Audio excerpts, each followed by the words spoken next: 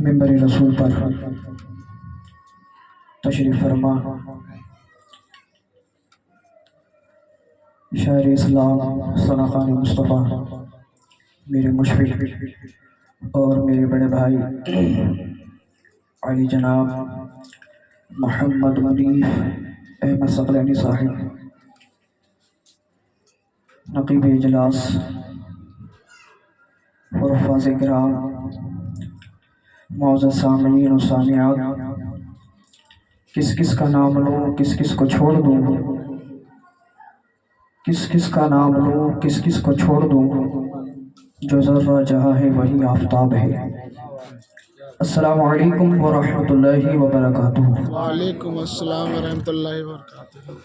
آپ کی دیار محبت میں پہلی مرتبہ حاضری کا شرف حاصل ہوا ہے۔ بسم اللہ الرحمن الرحیم۔ قال اللہ تبارک و تعالی فی القرآن العظیم والفرقان الحمید،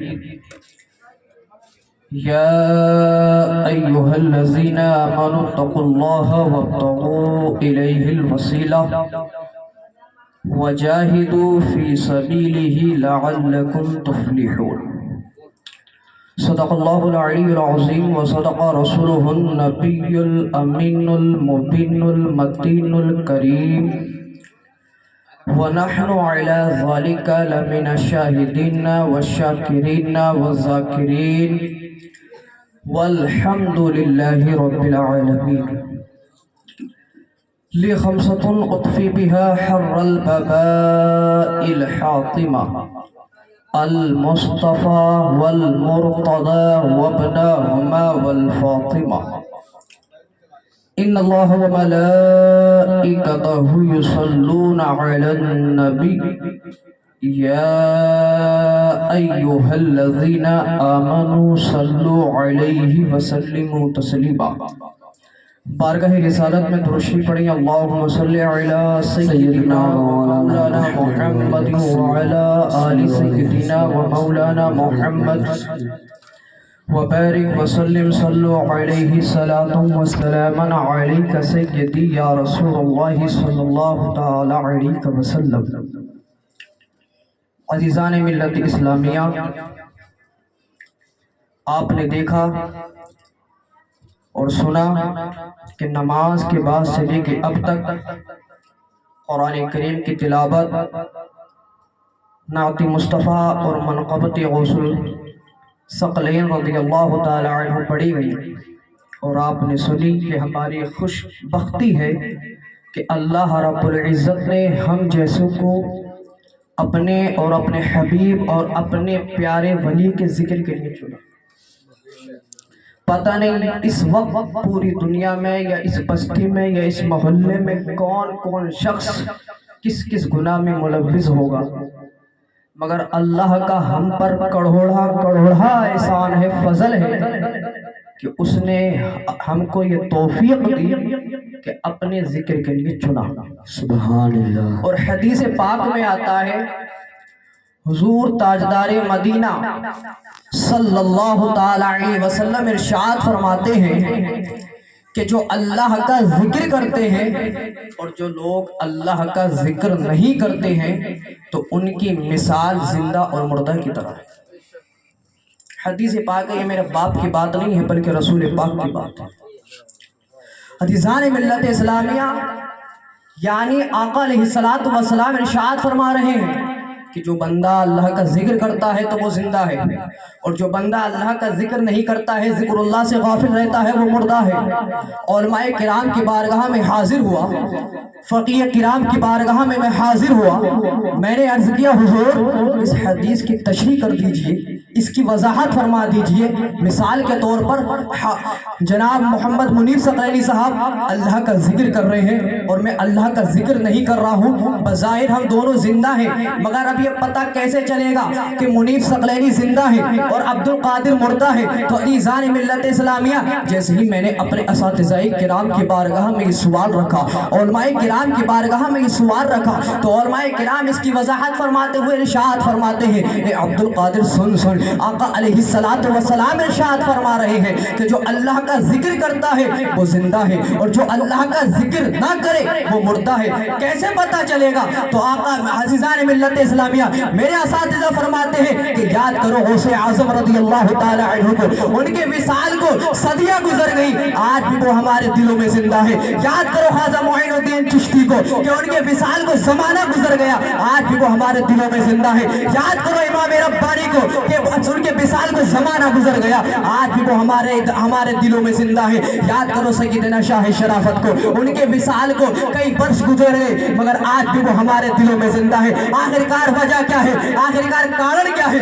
ریزن کیا ہے؟ عزیزان ملت اسلامیہ ریزن یہی ہے، کارن یہی ہے، سبب یہی ہے، ماجرا یہی ہے کہ جب تک یہ زندہ رہے تھے، جب تک یہ زمین کے اوپر رہے تھے تو اللہ اللہ کرتے رہے تھے۔ عزیزان ملت اسلامیہ خلوت میں ہوتے تھے تو اللہ اللہ کرتے رہتے تھے، جلوت میں ہوتے تھے تو اللہ اللہ کرتے رہتے تھے، پریشانی میں ہوتے تھے تو اللہ اللہ کرتے رہتے تھے، خوشی میں ہوتے تھے تو اللہ اللہ کرتے رہتے تھے۔ عزیزان ملت اسلامیہ یہ اللہ اللہ کرتے رہے اور اللہ تبارک و تعالی قرآن کریم میں ارشاد فرماتا ہے فَاذْكُرُونِي أَذْكُرُكُمْ کہ تم میرا ذکر کرو میں تمہارا چرچا کروں گا۔ اب پتہ کیا چلا کہ غوث اعظم رضی اللہ تعالی عنہ نے اپنی پوری حیات میں اللہ اللہ کیا تھا، جب ان کا انتقال ہو چکا ہے، ان کا وصال ہو چکا ہے تو اللہ رب العزت نے وعدہ کر دیا ہے اور وعدے کے مطابق غوث اعظم رضی اللہ تعالی عنہ اپنی پوری حیات میں اللہ اللہ کرتے رہے مگر آج ان کے انتقال کے بعد اللہ رب العزت اپنے بندوں سے ان کا ذکر کروا رہا ہے۔ حضور غریب نواز رضی اللہ تعالی عنہ کا وصال ہو چکا ہے، زمانے گزر گیا، صدیاں گزر گئی مگر آج بھی ان کا ذکر کروا رہا ہے۔ عزیزان ملت اسلامیہ اور عزیزان ملت اسلامیہ اللہ نے ہم کو یہ توفیق دی ہے، آج یہاں بیٹھ کر اس بستی میں اس محلے میں بیٹھ کر ہم اللہ کا ذکر کر رہے ہیں تو یقیناً اللہ رب العزت عرش اعظم میں فرشتے کی مقدس جماعت میں ہمارا ذکر۔ سبحان اللہ، سبحان اللہ۔ عزیزان ملت اسلامیہ ایک شاعر کہتا ہے کہ جہاں ذکر حبیب ہوتا ہے، جہاں ذکر حبیب ہوتا ہے خود خدا بھی قریب ہوتا ہے، سبحان اللہ، خود خدا بھی قریب ہوتا ہے۔ اور ایسی محفلوں میں بیٹھنے والا، ایسی محفلوں میں بیٹھنے والا آدمی خوش نصیب ہوتا ہے، سبحان اللہ۔ آدمی خوش نصیب ہوتا ہے۔ عزیزان ملت اسلامیہ آپ یہ بتائیے بور تو نہیں ہو رہے ہیں؟ سمجھ میں آ رہا ہے؟ تو زندہ دلی کا ثبوت اور ایک بار کہہ دیجئے سبحان اللہ، سبحان اللہ، ایک بار کہہ دیجئے یا رسول اللہ، یا رسول اللہ، یا غوث یا غوث المدد۔ المدد۔ عزیزان ملت اسلامیہ یہ جو مہینہ چل رہا ہے اس مہینے کا نام ربیع الثانی ہے اور اس مہینے کو حضور سرکار غوث اعظم رضی اللہ تعالی عنہ سے نسبت ہے۔ کون سرکار غوث اعظم؟ کہ جن کو امام الاولیاء بھی کہا جاتا ہے، جن کو سردار الاولیاء بھی کہا جاتا ہے۔ حضور غوث اعظم رضی اللہ تعالی عنہ کو یہ مقام، یہ مرتبہ، یہ منصب ملا کہاں سے؟ حضور نبی کریم صلی اللہ تعالی علیہ وسلم کی، کیونکہ جو حضور کا ہو جاتا ہے تو وہ سب کا ہو جاتا ہے اور جو حضور کا نہیں ہوتا وہ کسی کا نہیں ہوتا۔ عزیزان ملت اسلامیہ یہ غوث اعظم رضی اللہ تعالی عنہ ہے کون؟ یہ اللہ کے ولی ہیں اور مادر جات ولی ہیں۔ ان کی پیدائش 1 رمضان المبارک کو ہوئی، 570 ہجری میں ہوئی۔ کہاں پر ہوئی؟ جیلان میں ہوئی۔ عزیزان ملت اسلامیہ ان کے تعلق سے آتا ہے جب حضور غوث اعظم رضی اللہ تعالی عنہ کی عمر 18 سال تھی، طالب علم کی جب ان کی عمر تھی، علم دین حاصل کرنے کے لیے اپنے گھر سے بغداد شریف جانا چاہتے تھے، اپنی والدہ ماجدہ سے اجازت لی اور اجازت جب لے لی تو حضور غوث اعظم رضی اللہ تعالی عنہ جب جانے لگے، قافلے میں شریک ہونے لگے تو ان کی والدہ نے کہا کہ بیٹا سنو سنو، اگر تمہارے اوپر کیسا بھی وقت آ جائے، تمہارے اوپر کیسا بھی وقت آ جائے، آپ سچائی کا دامن نہ چھوڑنا، جھوٹ نہ بولنا۔ یہ حضور غوث اعظم کی والدہ ماجدہ نے تنبیہ کی، نصیحت کی۔ حضور غوث اعظم رضی اللہ تعالی عنہ اپنی والدہ ماجدہ کا ہاتھ چھوم کر اجازت لے کر اب قافلے میں شریک ہوتے ہیں اور علم دین حاصل کرنے کی غرض سے، علم دین حاصل کرنے کی طلب میں اب عزیزان ملت اسلامیہ اب یہ بغداد شریف جاتے ہیں۔ جیسے ہی ان کا قافلہ حمدانی نام کی بستی کے پاس پہنچتا ہے تو عزیزان ملت اسلامیہ تاریخ میں آتا ہے، کتابوں میں لکھا ہوا ہے، اس کو میں نے بھی پڑھا ہے۔ کہ وہاں پر ڈاکوؤں کا ایک ٹولہ رہا کرتا تھا، ڈاکوؤں کی ایک فوج رہا کرتی تھی، اور جو ادھر سے قافلہ گزرتا تھا ان پر وہ ظلم کیا کرتے تھے، ان کا سامان چھین لیا کرتے تھے، ان کو بے تحاشا ستایا کرتے تھے۔ حضور غوث اعظم رضی اللہ تعالی عنہ جس قافلے میں جا رہے ہیں وہ بھی اسی راستے سے گزر رہا ہے۔ جب ہمدان کے قریب پہنچا ہے تو وہ قافلے والوں پر ڈاکوؤں کا لشکر ان پہ حملہ کر دیتا ہے، ان کا سامان چھین لیتا ہے، ان پر ظلم کرنا شروع کر دیتا ہے۔ حضور غوث اعظم رضی اللہ تعالی عنہ ایک جگہ سے یہ سارا ماجرا دیکھ رہے تھے، ایک جگہ سے یہ سارا منظر دیکھ رہے تھے۔ ایک ڈاکو آتا ہے حضور غوث اعظم رضی اللہ تعالی عنہ کی بارگاہ میں، اور بارگاہ میں آ کے کہتا ہے بیٹا ذرا یہ تو بتاؤ تمہارے پاس کچھ ہے؟ حضور غوث اعظم رضی اللہ تعالی عنہ فرماتے ہاں میرے پاس ہے۔ کہا کہ کیا ہے؟ کہا کہ میرے پاس 40 اشرفیاں ہیں۔ کہا کہ ذرا دکھائیے۔ انہوں نے کہا کہ میرے عزیزان ملت اسلامیہ وہ پوری تلاشی لیتا ہے، کہیں پر وہ اشرفیاں نہیں پاتا ہے۔ پھر دوسرا ڈاکو آتا ہے، وہ کہتا ہے بیٹا بتاؤ تمہارے پاس کچھ ہے؟ تو وہ شخص حضور غوث اعظم رضی اللہ تعالی عنہ اس شخص کے کہنے پر فرماتے ہیں ہاں میرے پاس 40 اشرفیاں ہیں۔ وہ پھر تلاشی لیتا ہے، وہ ناکام ہو جاتا ہے۔ پھر ڈاکوؤں کا وہ قافلہ، وہ لشکر ان قافلے والے کو لے جا کر اپنے سردار کے پاس پیش کرتا ہے، اور حضور غوث اعظم رضی اللہ تعالی عنہ کو بھی اپنے سردار کے پاس پیش کرتا ہے۔ حضور غوث اعظم رضی اللہ تعالی عنہ جب ڈاکوؤں کے سردار کے سامنے آتے ہیں، اور جیسے ہی ڈاکوؤں کے سردار کے سامنے آئے تو ڈاکوؤں کا سردار کہتا ہے بچے ذرا یہ تو بتاؤ کہ تمہارے پاس کچھ ہے؟ وہ کہتا حضور غوث اعظم فرماتے ہاں ہے۔ کہا کہ کیا ہے؟ کہا کہ میرے پاس 40 اشرفیاں ہیں۔ کہا کہ کہاں ہے؟ تمہاری تلاشیاں لے لی گئی، ہمیں کچھ نہیں ملا، ایک نے نہیں بلکہ دو نے لی، ہمیں کچھ نہیں ملا۔ تو حضور غوث اعظم رضی اللہ تعالی عنہ فرماتے ہیں کہ سنو میرے پاس 40 اشرفیاں ہیں اور ایسی جگہ محفوظ ہیں وہ تمہیں تلاشنے سے نہ ملیں گے۔ کہا کہ کیا مطلب؟ کہا کہ جب میں اپنے گھر سے چلا تھا تو میری والدہ ماجدہ نے اس صدری میں میری 40 اشرفیوں کو پیوست کر دیا تھا، پیمند لگا کر ان کو سل دیا تھا۔ عزیزان ملت اسلامیہ جب اتنا سنتا ہے ڈاکوؤں کا سردار ایک اپنے نوکر کو، ایک اپنے خادم کو اشارہ کرتا ہے، حکم دیتا ہے کہ جاؤ اس کی صدری کو اتارو اور اس کی صدری کو چاک کرو، اس کی صدری کو ادھیڑو۔ جیسے حضور غوث اعظم رضی اللہ تعالی عنہ کی صدری کو ادھیڑا جاتا ہے، چاک کیا جاتا ہے، تو 40 کی 40 اشرفیاں وہ زمین پہ گرتی ہے۔ جیسے ہی 40 اشرفیاں زمین پہ گرتی ہے تو ڈاکوؤں کا سردار کہتا ہے صاحبزادے، اے صاحبزادے آپ نے جھوٹ، آپ نے سچ کیوں بولا؟ آپ چاہتے تو اپنی اشرفیاں بچا لیتے، آپ چاہتے تو اپنے اشرفیوں کو بچا لیتے، محفوظ کر لیتے، ہمارے تلاشنے سے بھی یہ اشرفیاں نہ ملی، ہمارے تلاشنے سے بھی آپ کو یہ مال نہ ملا۔ تو حضور غوث اعظم رضی اللہ تعالی عنہ ارشاد فرماتے ہیں میں کیسے چھپا لیتا، میں کیسے ان اشرفیوں کو بچا لیتا؟ کہا کہ کیا مطلب؟ کہا کہ جب میں قافلے میں چلنے لگا تھا تو میری والدہ ماجدہ نے مجھ کو ایک وصیت کی تھی، مجھ کو ایک نصیحت کی تھی، مجھ کو ایک تنبیہ کی تھی۔ وہ تنبیہ یہ تھی، میری والدہ فرماتی تھی اے عبد القادر سن،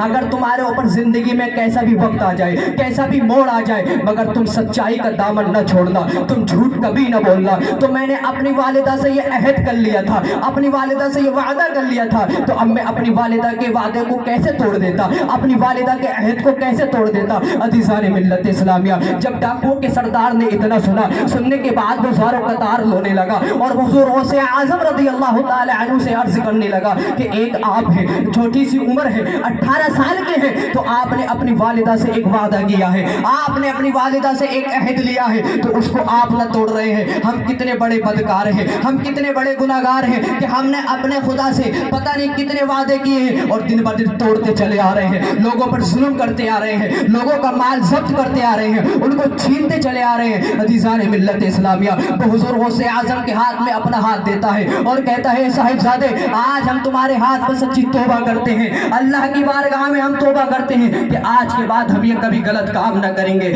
بلکہ نیکی کریں گے، سچائی کا دامن ہم تھام لیتے ہیں۔ جیسے ہی ان ڈاکوؤں کے سردار نے حضور غوث اعظم رضی اللہ تعالی عنہ کے ہاتھ پر توبہ کی تو وہ ڈاکو اپنے سردار سے کہنے لگے کہ حضور آپ جب تک ظلم کر رہے تھے، آپ جب تک ظلم کر رہے تھے، لوگوں کو ستا رہے تھے، لوگوں کا مال ضبط کر رہے تھے، لوگوں کو بے وجہ تڑپا رہے تھے، تو تب بھی آپ ہمارے سردار تھے، آپ نے نیکی کا راستہ چن لیا، آپ نے اچھائی کو چن لیا، تو اب ہم آپ کی سرداری میں رہیں گے، تب بھی ہم آپ کے خادم بن کے رہیں گے۔ حضور غوث اعظم رضی اللہ تعالی عنہ کے ڈاکو کے سردار نے حضور غوث اعظم کے ہاتھ پر توبہ کی اور سچی توبہ کر لی، ایسی توبہ کری کہ انہوں نے پھر کبھی غلط کام نہ کیا۔ اور حضور غوث اعظم رضی اللہ تعالی عنہ فرماتے ہیں کہ یہ وہ قافلہ ہے کہ جنہوں نے سب سے پہلے مجھ پر توبہ کی۔ سبحان اللہ، نعرہ تکبیر، نعرہ رسالت، نعرہ غوث، فیضان